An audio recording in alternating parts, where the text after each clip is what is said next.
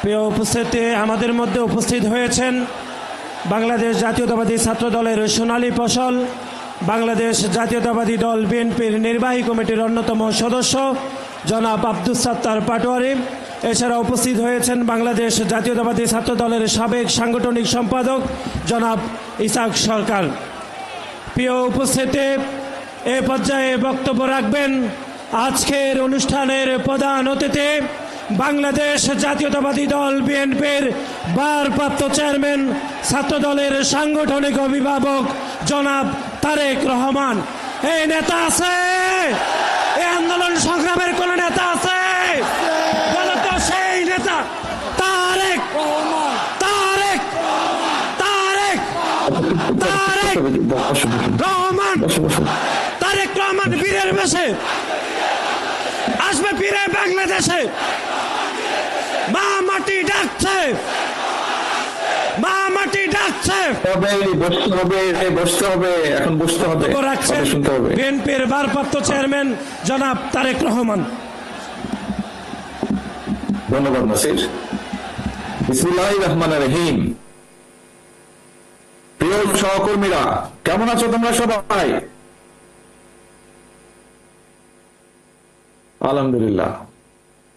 এই মুহূর্তে আমার সামনে উপস্থিত ভবিষ্যৎ বাংলাদেশ, বাংলাদেশের সম্ভাবনাময় লাখো লাখো মুখ।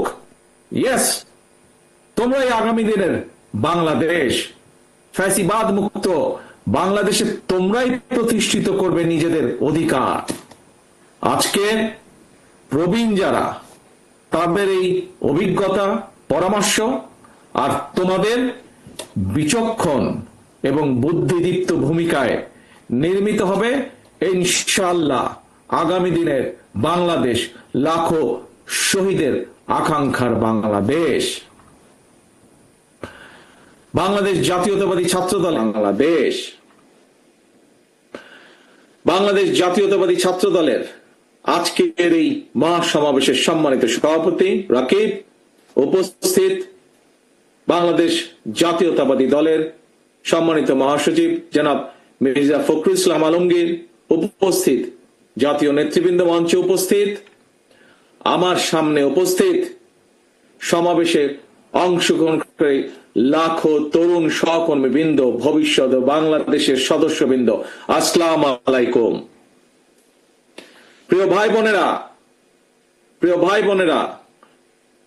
১.৫ দশকের ফ্যাসিবাদ বিরোধী আন্দোলনে ছাত্র দলের হাজার হাজার নেতাকর্মী হতাহত হয়েছে। মামলা, হামলা, জেল, জুলুম, নির্যাতন, খুন, গুম, অপহরণের শিকার হয়েছে ছাত্র দলের হাজারো হাজারো নেতাকর্মী। শুধুমাত্র এই যে জুলাই গণ অভ্যুত্থান, এই জুলাই গণ অভ্যুত্থানে চট্টগ্রামের ছাত্রদল নেতা ওয়াসিম সহ শতাধিক নেতাকর্মী শহীদ হয়েছে আমাদের, আরো আহত হয়েছে হাজারো হাজারো। গণ অভ্যুত্থানের সময় শুধুমাত্র ছাত্র দলেরই ২০০০-এরও বেশি নেতাকর্মী গ্রেফতার হয়েছে। প্রিয় সহকর্মীবৃন্দ, যেই সংগঠনে তোমাদের মতন এমন সাহসী মায়ের সন্তানেরা রয়েছে, সেই সংগঠনের অগ্রযাত্রাকে কোনো দিন কেউ ঠেকিয়ে রাখতে পারবে না ইনশাল্লাহ। এই যে পলাতক, পরাজিত স্বৈরাচার, নিষ্ঠুর নির্মমতা চালিয়েও কিন্তু ছাত্র দলের এই অগ্রযাত্রাকে তারা দমিয়ে রাখতে পারে নাই, এবং আজকের এই লক্ষ মানুষের সমাবেশ, লক্ষ ছাত্র ছাত্রীর সমাবেশ আবারও সেটি প্রমাণ করে দিয়েছে। প্রিয় ভাই বোনেরা, এই সমাবেশে উপস্থিত তোমাদেরকে এবং তোমাদের মাধ্যমে আমি সারা বাংলাদেশের জাতীয়তাবাদী ছাত্র দলের সকল নেতাকর্মী সমর্থকদেরকে জানাই বিরচিত অভিনন্দন। একটি কথা মনে রাখবে সবাই তোমরা, যদি তোমরা আগামী দিন সাহস এবং সততার সঙ্গে এগিয়ে যাও, তাহলে বাংলাদেশের গণতান্ত্রিক আমি জনগণ তোমাদের সাথে আছে। ইনশাআল্লাহ তোমাদের সাথে ভবিষ্যতেও তারা থাকবে। মনে রাখবে সবসময় একটি কথা, এই দেশের জনগণই বিএনপি তথা বাংলাদেশী জাতীয়তাবাদী শক্তির সকল রাজনৈতিক ক্ষমতার উৎস। প্রিয় বন্ধুরা, 1971 সালের স্বাধীনতা অর্জনের যুদ্ধ, 2024 সালের স্বাধীনতা রক্ষার যুদ্ধ এবং এই যাবৎকালে ফ্যাসিবাদী পতন কিংবা স্বৈরাচার বিরোধী আন্দোলনে যারা শহীদ হয়েছেন, আজকের এই সমাবেশে দল মত নির্বিশেষে আমি আল্লাহর দরবারে সকল শহীদদের আত্মার মাগফিরাত কামনা করছি। সকল শহীদদের শোকাহত পরিবারের প্রতি জানাই গভীর শ্রদ্ধা। প্রিয় বন্ধুরা, স্বাধীনতার 54 বছর পার হয়েছে। বাংলাদেশ এখন একটি পরিণত দেশ। এই পরিণত বাংলাদেশের জনগণ আর বিভেদ, বিরোধ, প্রতিহিংসা, প্রতিশোধের রাজনীতি তারা চায় না। রাজনৈতিক দলগুলোকে এ কারণেই জনগণের কাছে সেভাবে জবাবদিহি করতে হবে। রাজনৈতিক দলগুলোর কাছে জনগণ চায় রাজনীতির গুণগত পরিবর্তন। সুতরাং আসো, কথামালার রাজনীতি নয়, বরং আমরা শুরু করি মানুষের জীবন মান উন্নয়নের রাজনীতি।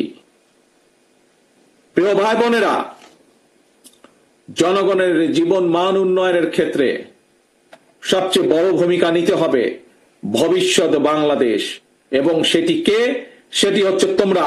আজকে যারা তোমরা এখানে উপস্থিত হয়েছ, তোমরা সহ তোমাদের মতন তোমাদের সহপাঠী, তোমাদের সহকর্মী যারা সমগ্র বাংলাদেশে ছড়িয়ে ছিটিয়ে আছে, তোমাদেরকে সেই ভূমিকা পালন করতে হবে। সেটি জ্ঞানী বিজ্ঞানে হোক, শিক্ষা দীক্ষায় হোক, মেধা মননে হোক, তোমাদের নিজেদেরকে গড়ে তুলতে হবে। এবং শুধু নিজেদেরকে গড়ে তুললে চলবে না, নিজেদেরকে গড়ে তোলার পাশাপাশি দেশকে গড়ে তুলতে হবে, বাংলাদেশকে গড়ে তুলতে হবে। প্রিয় বন্ধুরা, সেই সমান মহান লক্ষ্যকে সামনে রেখেই বাংলাদেশ জাতীয়তাবাদী দল বিএনপি আগামী দিনের নীতি, ধর্মীয় সামাজিক মূল্যবোধে উজ্জীবিত মানবিক মানুষ গড়ার রাজনীতি শুরু করতে চায়। বিএনপির আগামী দিনের নীতি কর্মসংস্থান সৃষ্টি আর নিরাপদ কর্ম পরিবেশ নিশ্চিত করার রাজনীতি। আজকের এই জনসংখ্যাকে জনসম্পদে রূপান্তরিত করার রাজনীতি, মানবিক মূল্যবোধে উজ্জীবিত কর্মমুখী শিক্ষা, কারিকুলাম প্রণয়ন এবং বাস্তবায়নের রাজনীতি।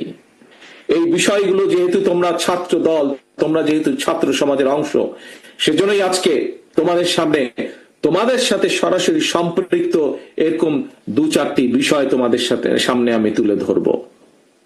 প্রিয় ভাই বোনেরা, আমি মনে করি সকল ছাত্র ছাত্রীকেই কোনো একটি রাজনৈতিক সংগঠনের সদস্য হতে হবে, এটি কোনো জরুরি বিষয় নয়।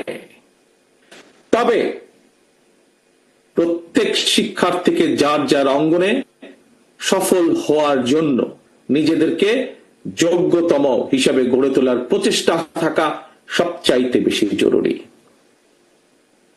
তোমরা তোমাদেরকে যোগ্য নেতৃত্ব হিসেবে গড়ে তুলবে, এটি জরুরি। তবে একই সাথে একটি জরুরি কথা মনে রাখতে হবে, যোগ্য নেতৃত্বের অর্থ শুধুমাত্র নেতা কিংবা নেতৃত্বের অর্থ শুধুমাত্র কোন একটি রাজনৈতিক দলের পদবি অর্জন কিংবা শুধু ভবিষ্যতে এমপি বা মন্ত্রী হয় নয়, বরং শিল্প, সাহিত্য, সংস্কৃতি, শিক্ষা, স্বাস্থ্য, কৃষি কিংবা ব্যবসা, প্রত্যেকটি সেক্টরেই দক্ষ নেতৃত্ব প্রয়োজন। কারণ এই সবগুলো সাবজেক্টের সাথে দেশের সামনে এগিয়ে যাওয়া সম্পর্কিত। তোমাদের নিজেদেরকে দক্ষ এবং যোগ্য হিসাবে গড়ে তুলতে হবে।